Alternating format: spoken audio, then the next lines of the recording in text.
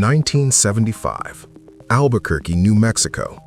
Two teenagers build a product almost nobody wants in a motel room with a typewriter and a dream that looked delusional even by 1970s standards. The company's name? Microsoft. But back then, it wasn't a tech titan. It wasn't a monopoly. It wasn't even a company. It was two kids, an empty wallet, and a letter they hoped would change everything. This is the story of how Microsoft was built. Not through genius, not through luck alone, but through obsession, timing, and psychology. The call, the moment that changed everything. It starts with a magazine, January 1975. Bill Gates picks up popular electronics and sees it. The Altair 8800, the world's first personal computer. Personal in the same way a washing machine is personal. Huge, noisy, and confusing. But it was a computer, a real one. Gates doesn't think. He doesn't analyze. He doesn't ask, is there a market? He does one thing. He panics. Because he sees the future. Not clearly, not fully, but enough. He calls his friend Paul Allen.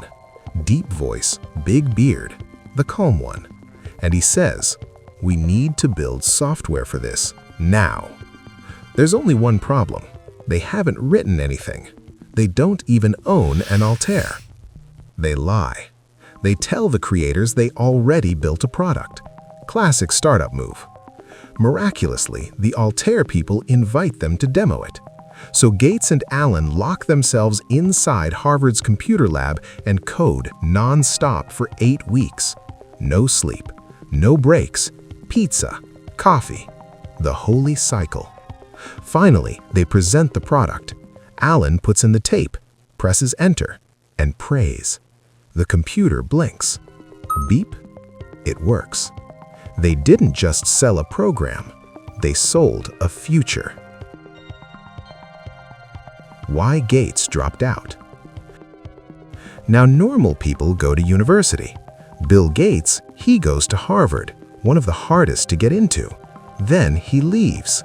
Not for a job, not because he hated it, but because something in his brain wouldn't let him stay.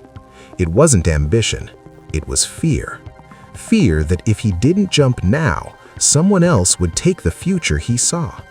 This is classic founder psychology. Fight or flight mixed with FOMO, topped with delusion. So Gates drops out. Parents confused. Friends shocked. Harvard disappointed. But Gates wasn't chasing a dream. He was running away from regret. And so, in 1976, Microsoft becomes official. 2 guys, 0 money, infinite belief. The IBM deal. The moment everything turned. 1980, IBM wants to build a personal computer. They need software. They call, wait for it, not Microsoft. They call Digital Research, Microsoft's rival. Bigger company, better reputation. But the founder of Digital Research refuses to sign an NDA. He walks away. A billion-dollar opportunity vaporized by paperwork. IBM panics. They ask, who else can do this? Someone says, there's a small company in Seattle. Microsoft. Bill Gates walks into the meeting. Quiet, awkward, hair like he fought a blender. IBM says, we need an operating system. Gates says, sure, we have one. They didn't. This is the second time Microsoft sold something that didn't exist. IBM says, great, deliver soon. Gates walks out, heart pounding, future on fire. Now he needs an OS immediately. So Gates does the most Gates thing ever. He buys one for $50,000, a tiny program called QDOS, quick and dirty operating system. Not even a finished product, just workable.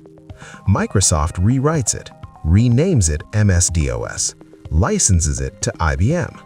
Here's the genius. He doesn't sell MS-DOS, he licenses it, meaning IBM can use it, but Microsoft owns it. This one-sentence strategy turned Microsoft from a company into an empire. The obsession, Gates's dark side of brilliance. Success does something to the human brain. It doesn't calm you. It doesn't relax you. It breaks you in a very productive way. Gates becomes obsessed, micromanages everything, sleeps in the office, argues with employees for sport. Employees say he could look at code for 30 seconds and find every bug in it. Terrifying, but effective. Microsoft starts winning, then crushing, then dominating. Because Gates wasn't building software, he was building a future where his version of computing ruled everything. And it worked. Windows, the masterstroke. MS-DOS was good, but ugly and confusing, and looked like a tax form on life support. So Microsoft builds Windows, a graphical shell, visual, friendly, user-focused. Apple had something similar first, but Gates didn't care. He knew one thing: whoever controlled the platform controlled the world. Windows launches. Slow, buggy, critics laugh. Gates shrugs, fixes it, improves it, ships Windows 3.0. Boom, revolution. Windows becomes the default operating system on nearly every computer on Earth, and Gates becomes the richest man alive. Not because he was smart, he was, but because he understood something deeper. Most people don't choose software, they accept the default. The psychology. Why Microsoft succeeded. Microsoft wasn't magic, it wasn't luck, it wasn't a genius kid in a garage finding destiny. It was a mindset. 1. Obsession beats talent. Gates wasn't the smartest engineer, but he was the most obsessed. 2. Timing beats ideas. He saw personal computers before the world cared. 3. Licensing beats selling. The IBM contract alone changed history. 4. Fear beats comfort. Dropping out wasn't bold, it was panic. 5. Momentum beats perfection. Early Microsoft products were buggy, but they shipped and kept shipping. The legacy, the future Gates saw. Today, Microsoft is everywhere. Windows, Office, Azure, Xbox, your laptop, your work, your life. But remember where it started. A magazine, a panic, a motel room, a lie, a license deal, and 2 kids who refused to wait for the world to catch up. Microsoft wasn't built with money, or luck, or Silicon Valley magic. It was built with fear of missing out, obsession with winning, and a psychological need to build the future before someone else did. As someone once said, success isn't about being first, it's about being right, eventually.